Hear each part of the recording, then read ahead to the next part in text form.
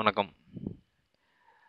இன்னைக்கு நண்பர் ஜெயனல் அவர் என்னுடைய நண்பர், என்னுடைய விமர்சனங்களை பார்க்கக்கூடியவர். இன்னைக்கு அவர் ஒரு செய்தி அனுப்பிச்சிருந்தாரு. இது மாதிரி அவர் ஒரு குறும்படம் இயக்கியிருக்கிறதாகவும் அதை பார்த்துட்டு விமர்சிக்க சொல்லி எனக்கும் ஒரு ஆவல். ஏன்னா சும்மா அந்த 2.5 மணி நேரம் படங்களையே பார்த்து பார்த்து போர் அடிச்சுட்டு குறும்படங்கள் நிறைய பார்த்துருக்கேன். மிட்டாய் வீடு 2-3 படம் பார்த்துருக்கேன். லேட்டஸ்ட்டாக கூட சொல்லியிருந்தேன், குறும்படம் ரிவ்யூ பண்ணால் நல்லாயிருக்கும். ஏன்னா அதுதான் பயங்கரமான என்கரேஜ்மெண்ட்டு. நான் பண்ணுற விமர்சனங்கள் பெரிய பட விமர்சனங்களை அது தயாரிப்பாளரோ டைரக்டரோ சட்டை பண்ணிக்குவாங்களான்னு எனக்கு தெரியாது. ஆனால் குறும்படம் தயாரிக்கிறவங்க இயக்கிறவங்கள உற்சாகப்படுத்தினா அவங்க இன்னும் பெருசாக ஏதாவது பண்ணுவாங்க அப்படிங்கிறது என்னோட நம்பிக்கை. அந்த மாதிரி ஜைனல் இயக்கி எடிட் பண்ணி இருக்கிற படம் குறும்படம் என்றென்றும் அவருடைய இதில் சொன்னால் பாணியில் சொன்னால் ஒரு மியூசிக்கல் லவ் ஸ்டோரி. இது என்ன ஒரு பெரிய யூடியூபோட அட்வான்டேஜ்னா, இப்போ நீங்கள் குறும்படமெல்லாம் இதில் அப்லோட் பண்ணிட்டா இப்போ கேரக்டரு இது எல்லாம் ரொம்ப அழகாக திருப்பி திருப்பி பார்த்துக்கலாம். இதில் திலகா அப்படின்ட்டு சசீந்திரன் திலகா இவங்க 2 பேர் தான் அந்த லீட் ரோல் பண்ணியிருக்காங்க. காதலன் காதலியா அவங்க வாழ்க்கைக்கு இடையில் நடக்கிற விஷயங்கள், அதாவது காதல் விஷயங்கள். அவர் சசீந்திரன் எப்படி காதல் வயப்படுறாங்க அப்படிங்கிறதும், திலகா இதில் ஷாலினியாக வர்றாங்க.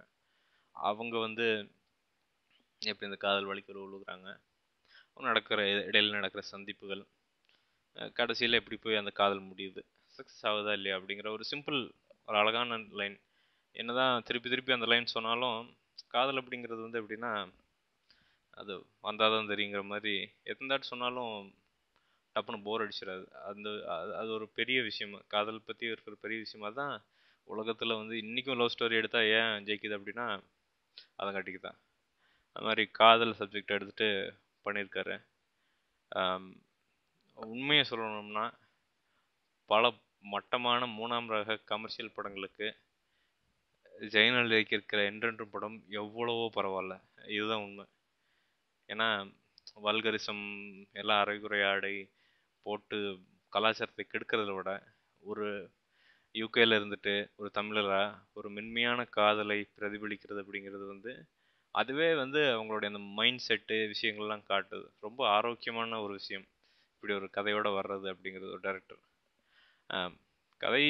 கதையோட மேலோட்டம் என்னன்னா, எதிர்பாராமல் சந்திக்கிறாரு, சந்திப்பு காதலாக வளருது. அந்த காதலாக வளர்ந்து கடைசியில் கடைசிக்கு காதலை சொல்லும் போது ஒரு பெரிய இடி இவர் சைட்லேயும் தான், அவங்க சைட்லேயும் இருக்குது. ஆனால் அது இவருக்கு தெரியாமையே போயிடும். கடைசியில் உண்மை தெரியும் போது ரொம்ப வருத்தப்படுவார். இருந்தாலும் அவருடைய காதலை அந்த மனதுக்குள் பூட்டி வைத்து கொண்டு அப்படியே வாழ்க்கையை நகர்த்துவார். சூப்பர் லைன் எடுத்திருக்கீங்க ஜெயனல். நல்ல ஒரு சிறப்பான ஒரு அந்த கோருங்கிறது சிறப்பாக இருக்குது.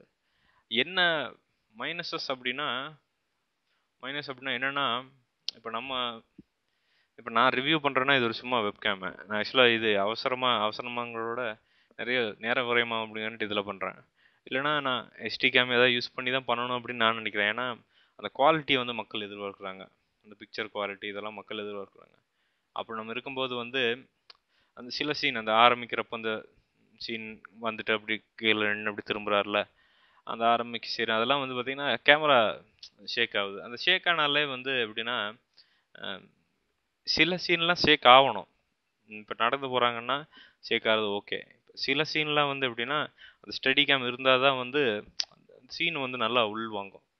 அப்படி இப்போ கேனன் லெஜீரியா மாதிரி கேமராலாம் நிறையா இருக்குது. ரொம்ப சீப் ரேட்டுக்கு அங்கே தான் யூகேல நிறைய எலக்ட்ரானிக் ஐட்டம்ஸ் கொஞ்சம் சீப்பாக வாங்கலாம். இந்தியாவில் விட சீப் தான் எனக்கு தெரிஞ்சு. அந்த மாதிரி கேமரா எடுத்துகிட்டு நல்ல ட்ரைபாட் ஒன்று, நிறைய ட்ரைபாட் விற்கிது, சைனா மேடே நிறைய இருக்குது. ட்ரைபாட் எதாக இருந்தால் என்ன போட்டு அந்த ஆங்கிள் ஒர்க் அவுட் பண்ணிங்கன்னா நிறைய விஷயம் இந்த மாதிரி நல்ல பொட்டன்ஷியலுங்க. உங்கள்கிட்ட நல்ல பொட்டன்ஷியல் இருக்குது. ஏன்னா அந்த காட்சிகளை நகர்த்துறது ரொம்ப கஷ்டம். அது நம்ம சும்மா சொல்லிடலாம், ஒரு விமர்சனம் பண்ணி சொல்லிடலாம் இது மோசம் அது மோசம் அப்படின்ட்டு. அந்த காட்சிகள் நகர்த்துறதுக்கு யோசனைங்கிறது அந்த ஸ்கிரிப்டில் இருக்கணும். அப்போ தான் அந்த காட்சி நகரும். அதுங்காட்டிக்கு ஒரு கிட்டத்தட்ட ஒரு 30 நிமிஷம் காட்சியை நகர்த்தி இருக்கிறீங்க. அப்போனாவே உங்களுக்கு அந்த டேலண்ட் இருக்குது. டேலண்ட் இல்லாமல் அது பண்ண முடியாது. ஆனால் என்னன்னா அந்த கேமரா ஆங்கிள்ஸ் வந்து ஒர்க் அவுட் பண்ணுங்கள். நிறைய படிங்க, அதான் சொல்கிறேன். டைரக்ஷன் பற்றி புக்கு ஏதாவது படிங்க. நல்ல குரு இப்போ பார்த்தீங்கன்னா ஷாலினி ஆகட்டும், அவர் கதாநாயகன் ஆகட்டும், இவங்கெல்லாம் வந்து நல்லா இருக்காங்க, பார்க்கறதுக்கு நல்லா இருக்காங்க. உண்மையாலுமே அழகுங்கிறது வேற, அது சும்மா அந்த ஒயிட்டாக அப்படி வந்து நிற்கிறது அது வேற. அந்த லட்சணமாக அந்த கேமராவுக்கு வந்து ஓகேவா ஒரு ஆவரேஜ் லவர் எப்படி இருப்பான், ஒரு பொண்ணு ஒரு மிடில் கிளாஸ் இல்லாட்டி ஒரு அங்கே இருக்கிற வாழ்கிற பொண்ணு எப்படி இருக்கும். ஸோ அந்த மூஞ்சிகள் எல்லாம் கரெக்டாக இருக்குது, ரொம்ப ஓவராக பண்ணாமல் பண்ணியிருக்காங்க. இன்னொரு மைனஸ் என்னென்னா வசனமே கிடையாது. நீங்கள் பின்னாடி பேசுகிறீங்க ஓகே, பட் அந்த கதாபாத்திரங்கள் ரெண்டும் வசனம் பேசணும். அந்த வசனம் பேசுறதுல தான் வந்து உங்களுடைய டேலண்ட்டை வந்து நீங்கள் வெளிப்படுத்த முடியும். வசனங்கள் பேசியே ஆகணும். ஒரு கட்டத்தில் வந்து கதாபாத்திரங்கள் வசனம் பேசியே ஆக முடியும். நம்ம 30 நிமிஷம் படத்தில் ஒரு 2-3 வசனங்கள் வைக்கலாம் தாராளமாக. ஆக அந்த வசனங்கள் நீங்கள் அதை வந்து ஒர்க் அவுட் பண்ணணும். இசை இசை வந்து இத்தனைக்கும் நீங்கள் வந்து உங்கள் இசை எதுவுமே உபயோகப்படுத்தலை, படத்தில் வந்து இசையை பண்ணியிருக்கீங்க. இருந்தாலும் அது வந்து கரெக்டான இடத்துல எதுக்கு தேவையோ அந்த இதுக்கு மாதிரி பண்ணியிருக்கீங்க. அது ஒரு பாராட்டத்தக்கது, தப்பு இல்லைன்னு நான் சொல்லுவேன். ஆனால் என்னென்னா நீங்கள் அதான் யூகே மாதிரி ஒரு இடத்துல இருந்துட்டு ஒரு நல்ல டீம் ஃபார்ம் பண்ணலாம். ஒரு 10 பேர் 20 பேர் ஃபார்ம் பண்ணிவிட்டு சும்மா சாதாரண கம்போஸிங். இன்றைக்கி நிறையா இப்போ அந்த லூப்ஸ் எல்லாம் வந்து ஃப்ரீயாகவே கிடைக்குது. சும்மா அப்படியே அரேஞ்ச் பண்ணுறது தானே. இன்னைக்கு பொறுத்த வரைக்கும் வந்து அப்படியே அசம்பிள் மாதிரி தானே மியூசிக்கு. நீங்கள் ஒன்றும் புதுசாக அப்படியே க்ரியேட் பண்ணணும்லாம் தேவையில்லை. ஒவ்வொரு இன்ஸ்ட்ருமெண்ட்டாக வாட்சி கோர்க்கணும்னு அவசியமே கிடையாது. அப்படி இருக்கும்போது வந்து நீங்களாம் பண்ணலாம். நல்ல ஒரு கேமரா, ஹெச்டி கேமரா ப்ளஸ் ஒரு சின்ன டீம், ஒரு 5-6 பேர் நல்ல டீம், டெடிக்கேட்டட் டீம்னா. ஏன்னா அவங்க பொட்டன்ஷியல் இருக்குது. 30 நிமிஷம் வந்து நல்ல படத்தை நகர்த்திருக்கிறீங்க. நிச்சயமாக படம்லாம் போர் அடிக்கலைங்க. இது வந்து நான் உங்கள்கிட்ட சொல்லி ஆகணும். 30 நிமிஷம் வந்து படம் போர் அடிக்கலை. இந்த படம் தான் சொல்ல முடியுது, சும்மா ஒரு அமைச்சூர் அப்படின்னு சொல்ல முடியாது. நிறையா நீங்கள் அது அந்த ஹார்ட் ஒர்க் தெரியுது. ஏன்னா சொல்லிடலாம், சிலதெல்லாம் சொல்லிடலாம். ஆனால் பட் உங்கள் சைட்லேருந்து யோசித்து பார்க்கும்போது இதுக்கு நிறையா ஹார்ட் ஒர்க் பண்ணியிருக்கீங்க. இப்போ ஃப்ளைட் ஏறி ஃப்ளைட் போகிறது சரி, எல்லாம் ஃப்ளைட்டுக்குள்ளே போய் உட்காந்து. ஆக இதெல்லாம் தேவையில்லை. நீங்கள் ஈஸியாக முடிக்கணும்னா நீங்கள் வெளியே ஒரு ஏர்போர்ட்டில் இருந்துட்டு சும்மா ஒரு ஃப்ளைட் பறக்கிற மாதிரி காமிச்சிருந்தா போயிருப்பார். ஆக நிறைய விஷயங்களுக்கு வந்து நீங்கள் பண்ணணும் அப்படின்ட்டு பண்ணியிருக்கிறீங்க. அதெல்லாம் வந்து ரொம்ப பாராட்டத்தக்கது. இந்த மாதிரி ஒரு ஷார்ட் ஃபிலிமுக்கு இவ்வளோ எஃபர்ட் எடுத்ததுங்கிறது பெரிய விஷயம். எனக்கு தெரிஞ்ச அடுத்த ஃபிலிம் வந்து நீங்கள் இன்னும் 2-3 மடங்கு வந்து நீங்கள் நிறைய வெளியே கொண்டு வரலாம். ஒரு டிஸ்கஷன் போடுங்க, டிஸ்கஷன் போட்டு ஆங்கிள்ஸ் ஒர்க் அவுட் பண்ணுங்கள். எந்தெந்த ஆங்கிள் எப்படி எப்படி வைக்கலாம் அப்படிங்கிற ஒர்க் அவுட் பண்ணுங்கள். டைலாக்ஸ் ஒர்க் அவுட் பண்ணுங்கள். அதே மாதிரி சீன் கண்டினியூவேஷன் இதெல்லாம் வந்து கொஞ்சம் கொஞ்சம் ஒர்க் அவுட் பண்ணுங்கள். அந்த பொட்டன்ஷியலுங்கிறது உங்களுக்கு கண்டிப்பாக இருக்குது உங்கள்கிட்ட. பெரிய பெரிய இயக்குனராகிறதுங்கிறதுலாம் இன்றைக்கி ஒரு பெரிய விஷயமே கிடையாதுங்க. மனசு இருந்தால் போதும், இமேஜினேஷன் இருந்தால் போதும். மித்ததெல்லாம் வந்து எலக்ட்ரானிக் டிவைஸ் செட் பண்ணுறது தான். நம்ம அந்த ஸ்கிரிப்ட் மட்டும் கரெக்டாக வந்துருச்சுன்னா அந்த ஸ்கிரிப்டில் இருக்கிற ஒரு 40% நீங்கள் உங்கள் கேமரா முன்னாடி கொண்டு வந்து முடிஞ்சினாலே பெரிய விஷயந்தான். படம் எந்த படமாக இருந்தாலும் சரி, எந்த ஒரு மீடியா விஷயமா இருந்தாலும் சக்ஸஸ் ஆயிரும். ஆக அந்த இமேஜினேஷன் உங்கள்கிட்ட இருக்குது, அதனால யூஸ் பண்ணிக்கங்க. கதாபாத்திரங்களே இன்னும் அவங்க ஷாலினி ரொம்ப நல்லா இருக்காங்க, அந்த ரோலுக்கு ரொம்ப நல்லா இருக்காங்க. ஒரு கதாநாயகனும் அப்படி தான் ரொம்ப நல்லா இருக்காரு. என்ன ஒரு பெரிய விஷயம்னா உங்களோட அழகான கொஞ்சம் தமிழில் பேசி, அதாவது இங்கே சும்மா இருக்கிறவனுங்களே இங்கே நிறைய தமிழ்நாட்டில் வந்து தமிழே ஒழுங்காக தெரியவங்களாம் இங்கிலீஷில் தான் பேசுகிறாங்க டைலாகு. நிறையா அப்படி ஆகிப்போச்சு. அப்படி இருக்கிறப்போ நம்ம அங்கே யூகேல இருந்துட்டு நம்ம தமிழ் பேசி நடிக்கிறது, நல்லா தமிழ் பேசுகிறதே வந்து பெரிய விஷயம். அதுக்கு வந்து உங்களுக்கு பெரிய பாராட்டுக்கள். இதை வந்து தொடர வந்து என்னுடைய மனமார்ந்த வாழ்த்துக்கள். படம் ரொம்ப நல்லா இருக்குதுங்க. இது என்னால் ரேட்லாம் பண்ண முடியாது. ஏன்னா ரேட் பண்ணி ஏன் நம்மளுடைய தரத்தை தாழ்த்திக்கணும். அதாவது மனசார வந்து ஹார்ட் ஒர்க் பண்ணி எடுத்திருக்கீங்க. நிச்சயமாக எல்லாத்துக்கும் பிடிக்குது படம்.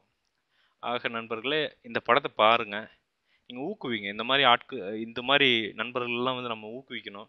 ஊக்குவிச்சாதான் அவங்க இன்னும் பெருசாக வருவாங்க. இந்த மாதிரி வந்தாங்கன்னா தரமான படங்கள் வெளிவரும் ஒரு கட்டத்தில். இப்படி வந்தால் நமக்கு வந்து இந்த என்டர்டெயின்மெண்ட்டுங்கிறது வந்து இன்னும் கொஞ்சம் நல்லா ஒரு 3 மணி நேரங்கிறது நிம்மதியாக போய் உட்காந்துட்டு வெளியில் வரலாம். இந்த படத்தினுடைய அந்த ஷார்ட் லிங்க்ஸ் அதுக்கு என்ன லிங்க்குங்கிறது இது கீழே அந்த டிஸ்கிரிப்ஷனில் இருக்குது, பார்த்து தெரிஞ்சுக்குங்க. அதே மாதிரி என்னோட இந்த வீடியோவை ரேட் பண்ணாட்டி கூட பரவாயில்ல, அந்த படத்தை போய் பார்த்துட்டு ஒரு பார்ட் 1 பார்ட் 2 இருக்குது, பார்த்துட்டு ரேட் பண்ணுங்கள். நல்லா ஊக்குவிங்க, தப்பே இல்லை. எந்ததோ படத்தை பார்த்துட்டு நம்ம ஊக்குவிக்கிறது இல்லையா, அது மாதிரி இந்த படத்தை பார்த்துட்டு ஊக்குவிக்கிறது அவங்களுக்கு ஒரு பெரிய பூஸ்ட். அவங்களுக்கு அதை விட சந்தோஷம் எதுவுமே கிடையாது. நம்மக்கிட்ட அவங்க கேட்குறது அது ஒன்று தான். நன்றி ஜெனல். உங்கள் டீம் எல்லாத்துக்கும் மறுபடியும் என் சார்பாகவும் என்னுடைய தோழர்கள் எல்லாருடைய சார்பாகவும் மனமார்ந்த வாழ்த்துக்கள்.